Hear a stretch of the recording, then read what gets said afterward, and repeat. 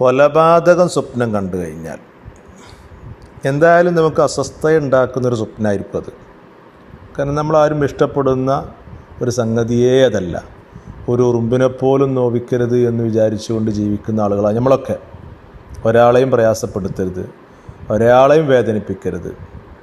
അങ്ങനെ തന്നെ ജീവിക്കാൻ റബ്ബ് തആല നമുക്കെല്ലാവർക്കും തൗഫീഖ് അനുഗ്രഹിക്കുമാറാവട്ടെ.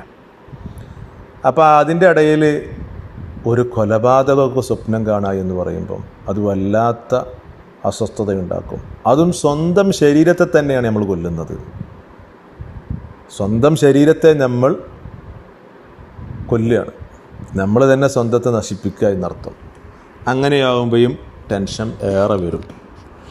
എന്നാൽ അതിൻ്റെ വ്യാഖ്യാനം നോക്കുമ്പം പേടിക്കപ്പെടുന്ന രൂപത്തിലൊന്നും വരുന്നില്ല. അങ്ങനെ സ്വപ്നം ഒരാൾ കണ്ടാൽ അതിൻ്റെ വ്യാഖ്യാനം എന്ത്? മഹാനായ അബ്ദുൽ ഗനിയുൻ നാബൽസി റഹിമഹുല്ലാ തഅ്തീറുൽ അനാം ഫി തഅബീരിൽ മനാം എന്ന് പറയുന്ന കിതാബുണ്ട് സ്വപ്ന വ്യാഖ്യാനത്തിൻ്റെ. അതിൻ്റെ 428, 429 പേജുകളിലായിട്ട് അതിനെപ്പറ്റി പറയുന്നുണ്ട്. പൊതുവെ എൻ്റെ കൊലപാതകം സ്വപ്നങ്ങളിൽ അത്ര നല്ലതല്ല.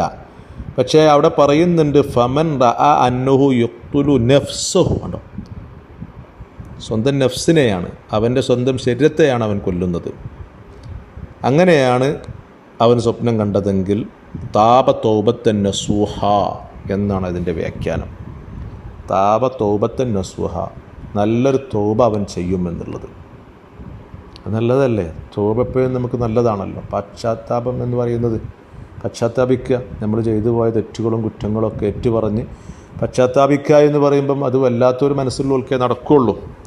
അപ്പോൾ ഏതായാലും ഇങ്ങനെ ഒരു സ്വപ്നത്തിനേക്ക് വ്യാഖ്യാനം പറയുന്നത് നല്ലൊരു തൗബ അവൻ ചെയ്യുമെന്നുള്ളതാണ് കേട്ടോ.